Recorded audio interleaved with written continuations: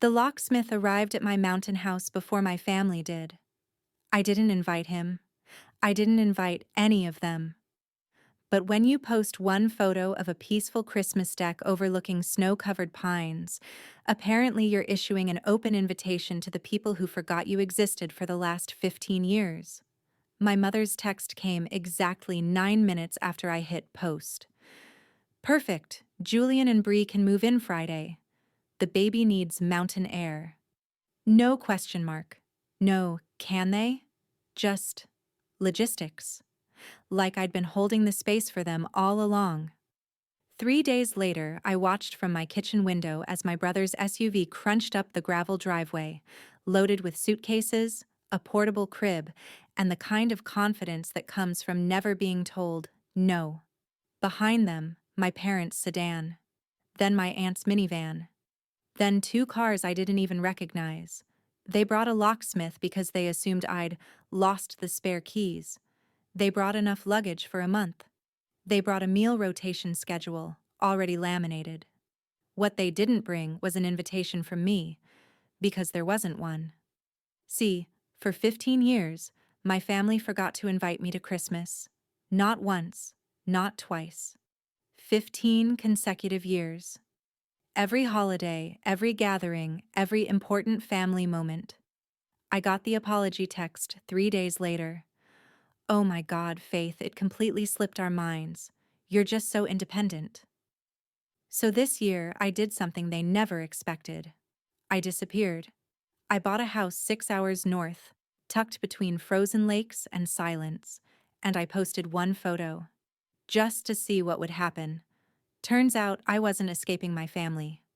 I was setting the most beautiful trap I'd ever designed, and they walked right in. Let me take you back so you understand exactly how we got here. My name is Faith Stewart, and I've spent 32 years being professionally invisible. I'm a brand strategist at Redwood Meridian, one of those agencies where everyone drinks oat milk lattes and uses words like synergy without irony. My job is to take broken, chaotic products and make them look intentional, desirable, necessary. I'm very, very good at it. Because I've been doing it my whole life, just not for clients. I've been doing it for my family. My parents, Gregory and Celeste Stewart, are the kind of people who look like they stepped out of a Hallmark movie. Tailored coats, warm smiles, a house in Maple Bridge, Connecticut that gets photographed for holiday home tours. From the outside, we were perfect, but perfection requires a focal point. And in the Stewart family, that focal point was my older brother, Julian. Julian was the sun. I was space debris. Our childhood home wasn't decorated, it was curated. Every wall told a story. His story. His first lacrosse stick in a glass case. His Model UN plaques ascending the staircase like a timeline of greatness. His varsity letters framed in the hallway like museum art. My accomplishments? Filed in a banker's box under the basement stairs, next to the broken Christmas lights we never fixed. My debate ribbons, my honor roll certificates. My first published poem in a regional literary journal, shoved into cardboard and darkness because they didn't match the aesthetic. I was 10 years old the first time I understood what I was. It was a Saturday morning, bright, cold. The kitchen smelled like butter and maple syrup. Julian had a lacrosse game, and my mother was at the stove, pouring pancake batter into the shape of a massive, perfect J. She was so focused, so careful. I sat at the kitchen island, waiting. The clock ticked. She never looked up. Eventually, I got off the stool, walked to the pantry, and made myself toast. Dry, scratchy. I ate it alone while my mother perfected my brother's pancake monogram. That was the moment I learned the rule. If you want to be seen in this family, you have to be Julian. And I wasn't. I never would be. The forgetting started small. A missed recital here, a forgotten pickup there. But by the time I was 16, it had become a holiday tradition. Every Christmas, like clockwork, I'd hear the same phrases. "Oh, Faith, we thought you had plans with your college friends." It was such a last-minute decision to do Christmas here this year. "You're just so independent. We always know you're fine on your own." Translation: we didn't think of you. Not once. Not ever. 15 years. 15 Christmases. 15 times I spent December 25th alone in my city apartment, pretending I had chosen it. But this year was different. This year, I had a plan. I didn't tell them I bought the mountain house. I didn't ask permission. I didn't send a group text. I just posted one photo, a wide-angle shot of my deck at sunset, snow glowing pink, pine trees standing like sentinels. Caption: finally found my peace. And then I waited. It took 9 minutes for my mother to turn my sanctuary into their next vacation rental, but that was fine, because this time I was ready. They arrived on a Friday at 3:47 p.m. I know the exact time because I was standing at the window with a cup of tea, watching the driveway like a director watching her actors take the stage. Julian's black SUV came first, crunching over gravel and snow, windows tinted, roof rack loaded with enough gear for an Arctic expedition. Behind him, my parents' silver sedan, polished and gleaming. Then my Aunt Diane's minivan, stuffed with coolers and what looked like an entire Christmas tree strapped to the roof. Then 2 more cars I vaguely recognized from family reunions I wasn't invited to. I counted 9 people total. 9 people who thought they were spending Christmas at my house. 9 people who never once asked if they could. Julian stepped out first, stretching like he'd just conquered Everest. His wife, Bree, emerged from the passenger side holding their 11-month-old daughter, Clara. She was wearing one of those quilted vests that cost more than my first car. My mother came next, arms wide, face glowing. "Faith," she called, even though I was still inside. "This place is stunning. You didn't tell us it was this big." I didn't tell you anything, I thought, but I smiled, opened the door, played my role. "Surprise," I said flatly. Julian grinned and clapped me on the shoulder like we were old war buddies. "This is perfect, Faith. Seriously. We've been dying to get out of the city. Clara's been so fussy, and Bree's been saying we need mountain air. You're a lifesaver." A lifesaver. Not a sister. Not a host. A logistical convenience. My father appeared next, hauling suitcases. "Where should we put these? We brought enough for 2 weeks. Figured we'd make it a proper holiday." 2 weeks. I blinked. "I'm sorry, did you say—" "Oh, don't worry," my mother interrupted, breezing past me into my house. "We'll stay out of your way. You won't even know we're here." Aunt Diane followed, carrying a casserole dish. "Faith, honey, you look thin. Are you eating? I brought my green bean bake. It's legendary." I didn't ask for green bean bake. I didn't ask for any of this. But they kept coming. Suitcases, coolers, a pack and play, shopping bags, a yoga mat, someone's guitar. They moved through my house like a flood, unstoppable, assuming, entitled.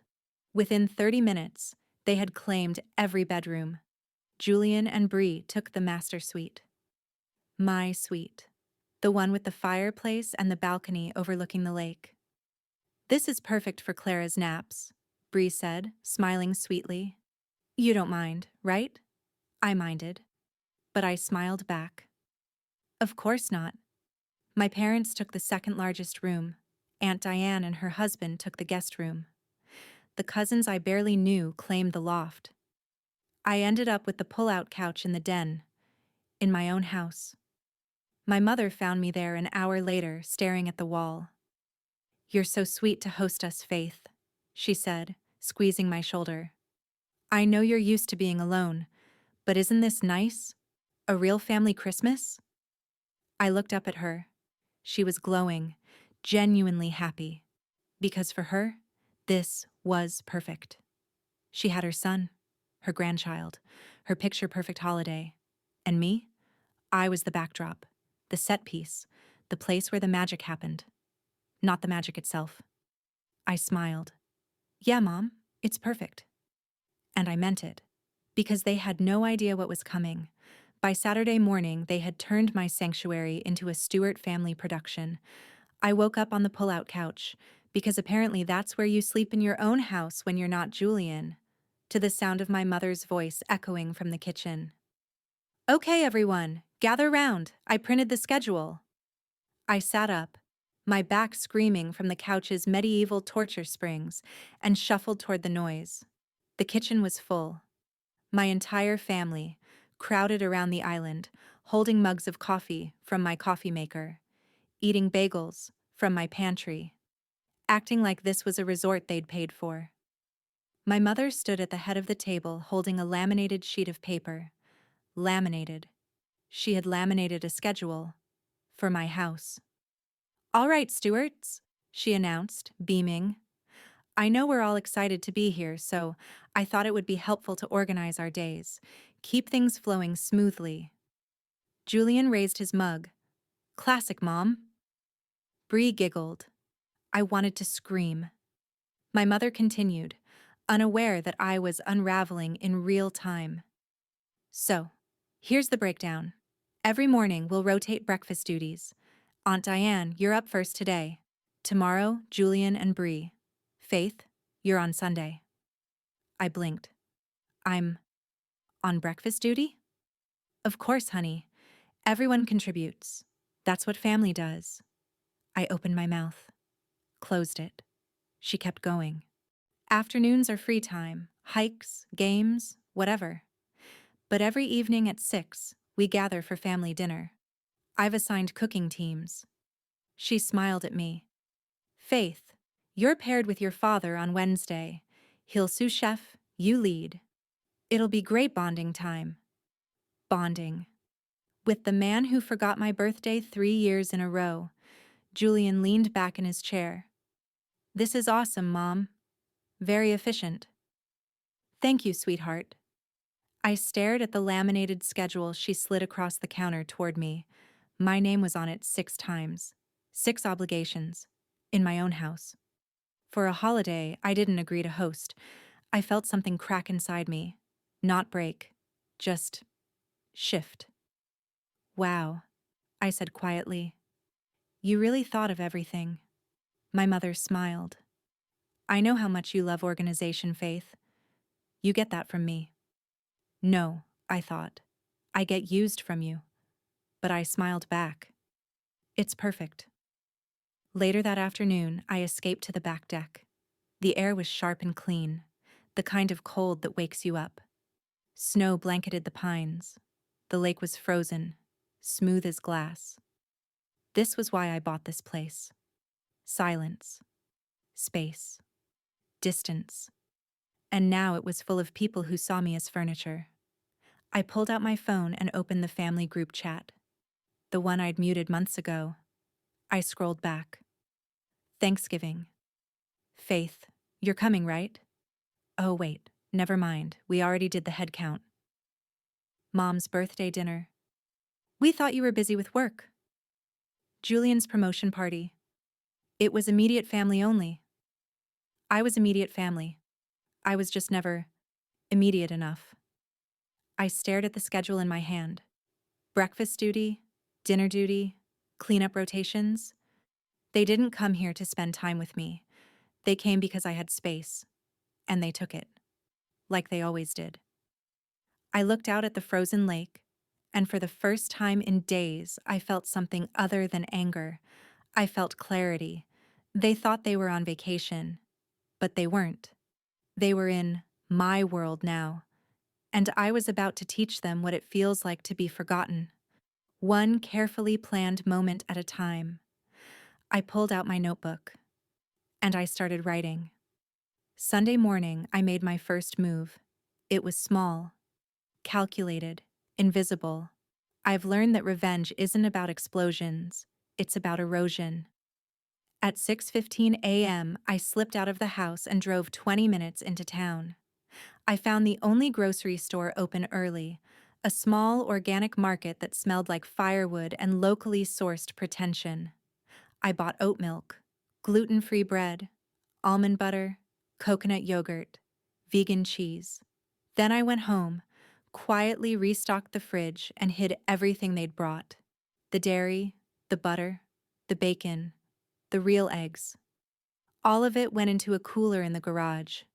Then I waited. At 7:30 a.m., Aunt Diane entered the kitchen, ready to make her world-famous French toast. I was already there, sipping tea, looking serene. "Morning, Faith," she chirped. "Morning." She opened the fridge, paused. Um, where's the milk?" I looked up innocently. "Oh, I only keep oat milk. Dairy bothers my stomach." Her face fell. "Oat milk? For French toast?" "You could try it. It's actually really good once you get used to it." She stared at the carton like I'd handed her poison. "And the eggs?" "I'm experimenting with a plant-based lifestyle," I said calmly. "There's chickpea flour in the pantry. You can make a great egg substitute." Her mouth opened, closed. "Faith, I can't make French toast with chickpea flour." I shrugged. "Then I guess it's cereal this morning." Except the cereal was also gluten-free cardboard. By 8 a.m., the whole house was awake and confused. Julian stood at the counter holding a slice of gluten-free bread like it had personally offended him. "What is this?" "Bread," I said. "It tastes like sadness." "It's artisan." Bree tried the oat milk in her coffee and immediately spit it back into the sink. My mother looked at me, genuinely baffled. "Honey, why didn't you tell us you were doing this dietary thing?" I smiled. I didn't think I needed permission to eat how I want in my own house. Silence. Just for a second. Then my mother laughed it off. "Of course not. We'll just adapt." But I saw the irritation flicker across Julian's face. The first crack. By lunchtime, they were restless. No one wanted to drive 40 minutes round trip to buy normal food, so they ate what I had. Bland salads, dry toast, smoothies that tasted like lawn clippings. No one said anything directly. But the mood shifted. Aunt Diane stopped smiling as much. Julian kept checking his phone, probably Googling nearby diners. Bree asked, very politely, if I had any snacks that weren't rabbit food. I handed her a bag of kale chips. She looked like she wanted to cry. That night at dinner, my mother tried to recover the vibe. "This is still wonderful," she said, forcing enthusiasm. "We're together. That's what matters." But Julian barely touched his quinoa. My father ate in silence, and I sat at the head of the table, the picture of calm. "I'm so glad you're all here," I said sweetly. And I meant it. Because they were finally experiencing something I'd felt my entire life. Discomfort, displacement, the feeling of being somewhere you don't quite belong. They just didn't realize it yet. But they would. This was only day 2. And I had 12 more days planned. I took a sip of my herbal tea and smiled. Anyone want seconds? No one did. On Monday morning, the Wi-Fi stopped working. Well, not stopped. I turned it off. At 6 a.m., while everyone was still asleep, I accessed the router, changed the password, and disabled the network. Then I got dressed, made myself a cup of tea, and waited for the chaos. It started at 7:42 a.m. Julian came downstairs, phone in hand, frowning. "Hey, Faith, is your Wi-Fi down?" I looked up from my book. "The internet. It's not working." I pulled out my phone, still connected to the hidden network I'd created just for myself, and pretended to check. "Oh, weird. Yeah, looks like it's out." "Can you reset the router?" "I tried earlier. Nothing." I shrugged.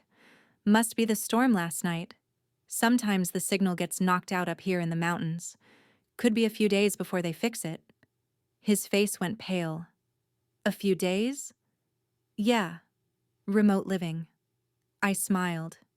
It's part of the charm. He stared at me like I'd just told him oxygen was optional. By 9 a.m., the house was in meltdown mode. Bree was pacing the living room, holding Clara, visibly stressed. I have 3 client calls today. 3? How am I supposed to work without internet? Julian was on his phone trying to hotspot.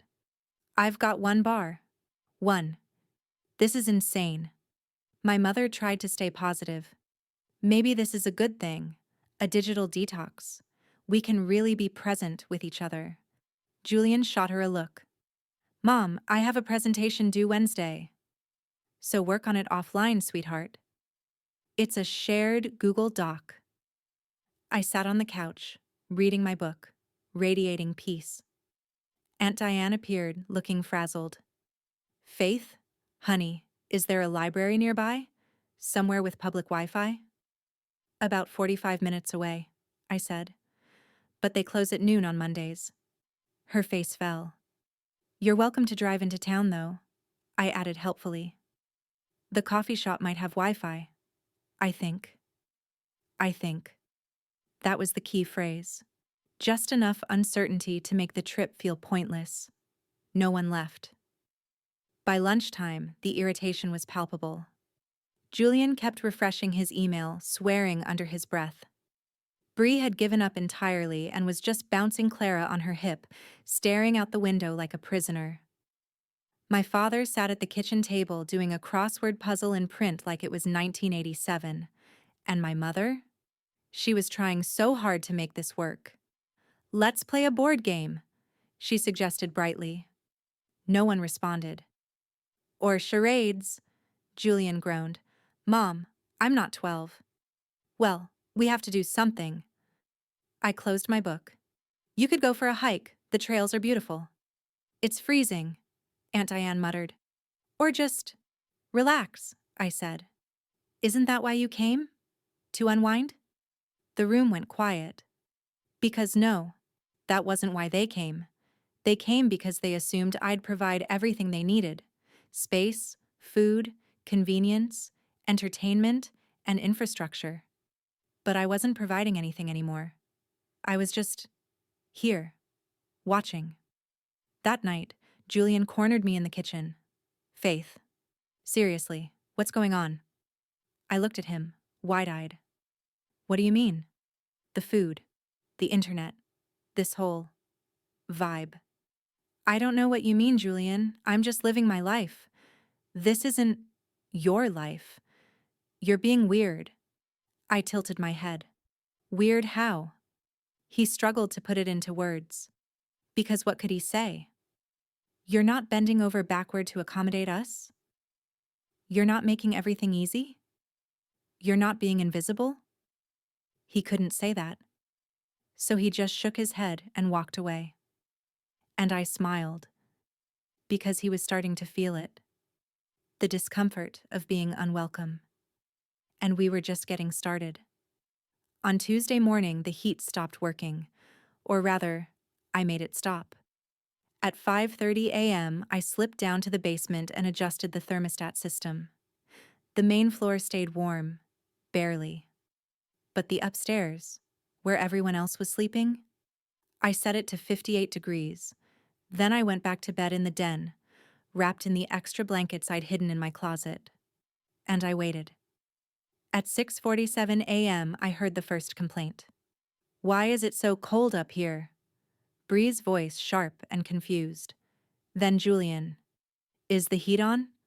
Footsteps thundered down the stairs. I sat up on my pull-out couch, yawning as Julian appeared in thermal pajamas and a hoodie. Faith, the upstairs is freezing. I frowned, playing concerned. Really? Yes, really, it's like 50 degrees up there. Huh. Let me check the thermostat. I walked over to the wall unit and studied it like I was decoding ancient hieroglyphics. Oh, I said softly. Looks like the upstairs zone is malfunctioning. Can you fix it? I shook my head. It's a smart system. I'd have to call the technician, but I paused. With the holiday week, they probably won't come out until after Christmas. Julian's jaw tightened. You're kidding. I'm really sorry. The main floor should stay warm, though. The main floor? Faith, we're sleeping upstairs. You could always move down here, I suggested. The den has the couch, and the living room has those oversized chairs. They're pretty comfortable. He stared at me. You want us to sleep on chairs? I shrugged. Or you could pile on extra blankets. I think there are some in the linen closet. There weren't. I'd moved them. By mid-morning, the house was a chorus of complaints. Aunt Diane came downstairs wearing 2 sweaters and a scarf. Indoors. Faith, sweetheart, I don't mean to be difficult, but I can't feel my toes. My mother was trying to stay positive, but even she looked uncomfortable. Maybe we should all just spend more time on the main floor today, she suggested. Keep warm together. But the main floor was my space, the den, the kitchen, the living room. And I was in all of them. Reading, working, existing, taking up space the way Julian always had. They couldn't settle. Everywhere they went, I was already there, so they hovered. Restless, cold, irritated. By evening, the cracks were widening. Bree snapped at Julian over something trivial, how he'd folded a blanket wrong. Aunt Diane and my mother had a passive-aggressive exchange about dinner prep. My father retreated to the upstairs bedroom and didn't come down for hours. And Julian? Julian kept watching me. He sat across from me at dinner, arms crossed, studying me like I was a puzzle he couldn't solve. You're enjoying this, he said quietly. I looked up, fork in hand. Enjoying what? This. All of it. The food, the internet, the cold. You're doing this on purpose. My mother gasped. Julian, that's ridiculous. Is it? He didn't break eye contact with me. Because it's convenient, don't you think? Everything just happens to go wrong the second we get here. I set my fork down slowly. Julian, I said calmly, are you seriously accusing me of sabotaging my own house? I'm saying it's suspicious. Or, I replied, voice even, maybe you're just not used to things not going your way. The table went silent. My mother looked between us, panicked. Let's not fight, she said quickly. We're family. We're here to be together. Julian's eyes stayed locked on mine. I smiled. You're right, Mom. We're family. I took a sip of water. And family sticks together? Even when it's uncomfortable. Even when it's cold. Even when you're not wanted. Julian looked away first, and I knew I'd won that round. By Wednesday, my family was unraveling. The house had become a pressure cooker of passive-aggressive tension, forced smiles, and unspoken resentment. And I was the chef, carefully controlling the temperature. That morning, I woke up early and made myself a full breakfast. Pancakes, real eggs, from the stash I'd hidden in the garage, bacon, fresh coffee. I ate alone in the kitchen, savoring every bite. At 7:30, my mother came downstairs. She froze when she saw my plate. Is that bacon? I looked up, chewing. Oh, yeah. I thought you were plant-based. I am, mostly. I shrugged. I make exceptions sometimes. Her face did something complicated, confusion, hurt, frustration. Where did you get bacon? I had some in the garage freezer. The garage? Yeah, I keep backup supplies out there. I smiled. You're welcome to check, but it's pretty picked over. It wasn't. It was fully stocked. But she didn't go look. She just stood there, staring at my full plate while she microwaved a sad bowl of oatmeal made with oat milk. By noon, Julian had had enough. He found me on the back deck, reading. We're leaving. I looked up. What? We're done, Faith. This whole thing. He gestured vaguely at the house, the mountains, existence. It's a disaster. Bree's miserable. Clara's been fussy for 3 days straight. The Wi-Fi's out, the heat's broken, the food is inedible. We're going home. I closed my book slowly. You're leaving? But it's only Wednesday. Christmas is in 3 days. Yeah, well, we'll celebrate at home. He ran a hand through his hair, frustrated. Look, I appreciate the offer. I didn't offer. He stopped. What? I didn't offer, Julian. You just showed up. His face went blank. What are you talking about? Mom said. Mom assumed. She saw a photo I posted and decided this was the family Christmas headquarters. I never invited anyone. He stared at me like I'd just spoken in a foreign language. You're joking? I'm not. Faith, you posted a picture of this place. You had to know. I had to know what? I stood up, my voice still calm, but sharper now. That you'd all assume I was holding space for you? That my life only exists as a backdrop for yours? That's not, isn't it? I took a step closer. You didn't call. You didn't ask. You just came. With suitcases and a crib and a locksmith. You moved into my house like it was a vacation rental. You made schedules. You took my bedroom. You pushed me onto a pull-out couch in my own home. Faith, do you know how many Christmases I spent alone, Julian? His mouth opened, closed. 15, I said quietly. 15 years. Every single one.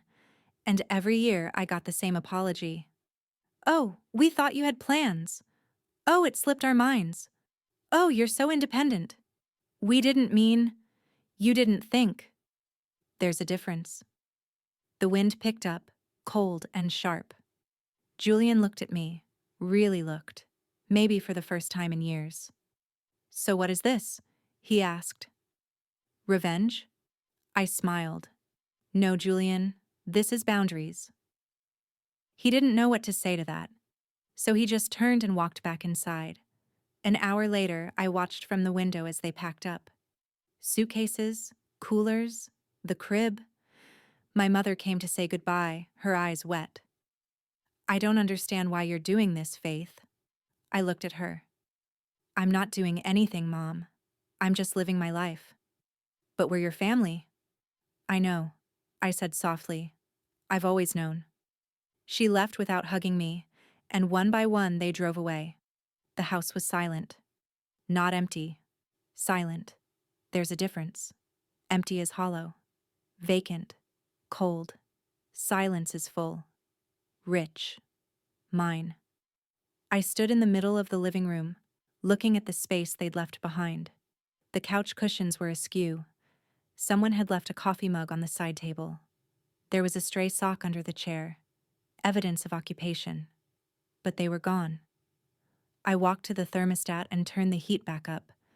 I reconnected the Wi-Fi. I went to the garage, pulled out the cooler full of real food, and restocked my fridge with butter, eggs, cheese, and bacon. Then I made myself a grilled cheese sandwich.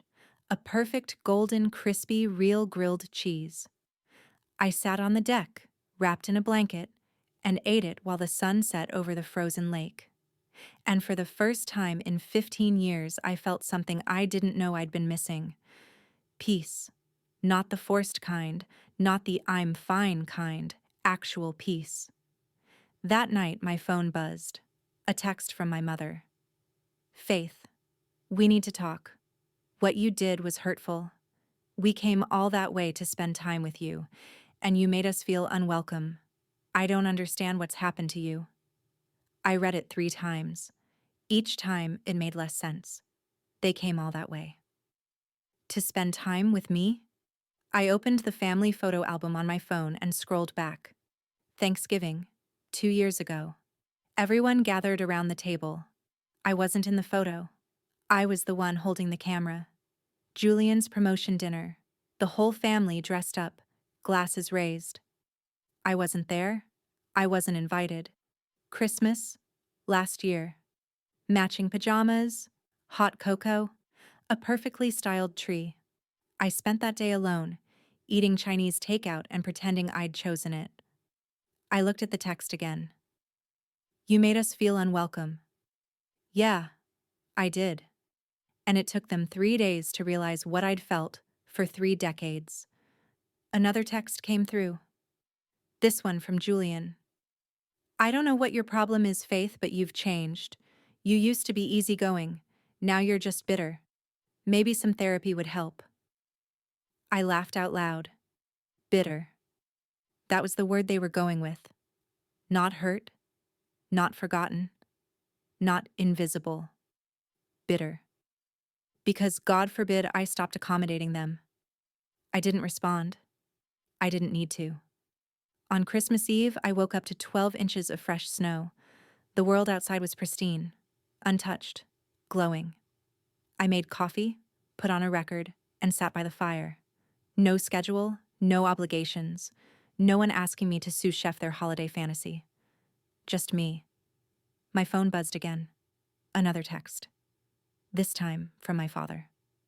Your mother is very upset. I think you owe her an apology. I stared at it for a long time. Then I typed. I spent 15 Christmases alone.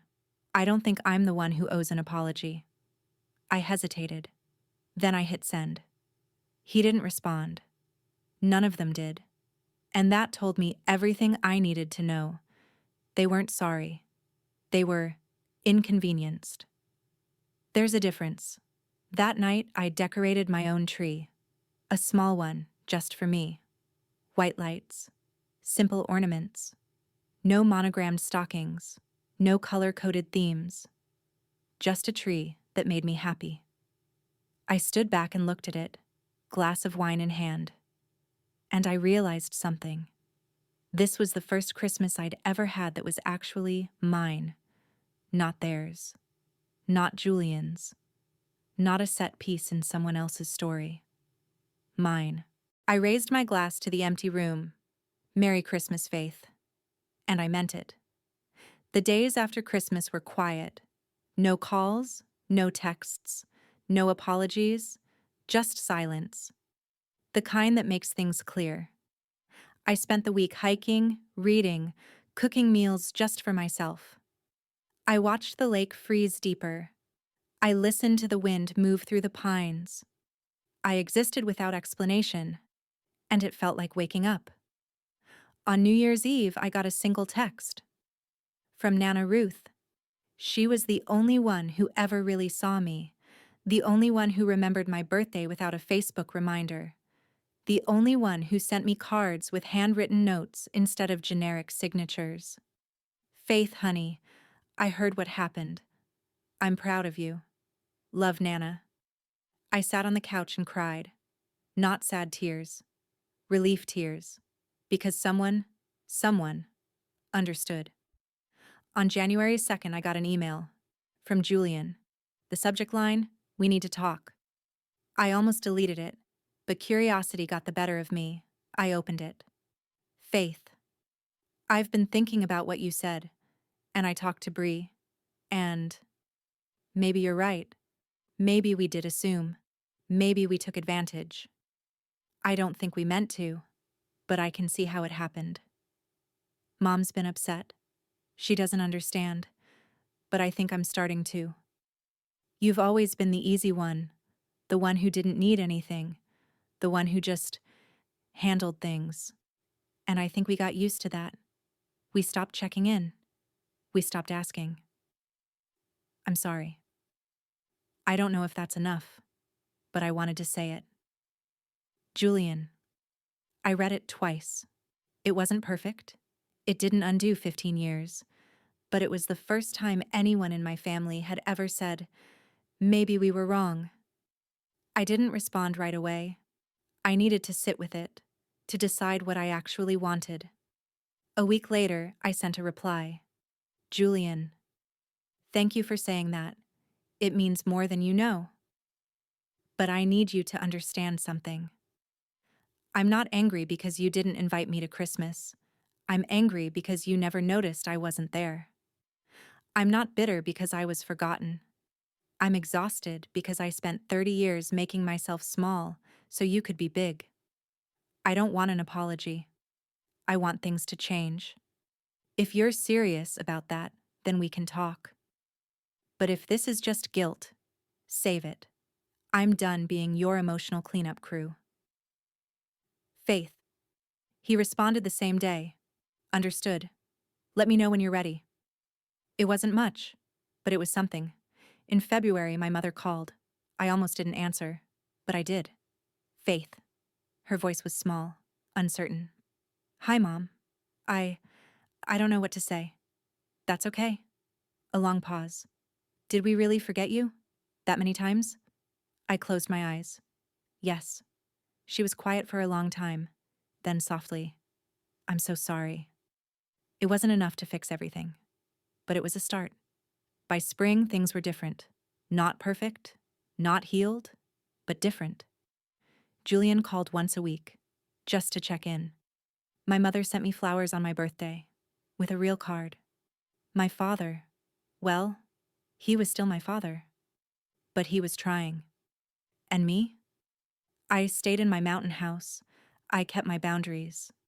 I built a life that didn't require their approval. And when they asked if they could visit, really asked, with actual invitations and respect, I said yes. But on my terms. Because I finally understood something.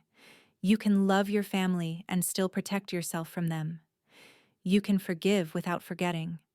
And you can be enough, even if they never saw it. Because I saw it. And that was all I ever needed. So that's my story. The year my family forgot to invite me to Christmas. And the year I finally stopped waiting for them to remember. I'm not going to tell you we're all perfect now. We're not. Families don't work that way. But we're better.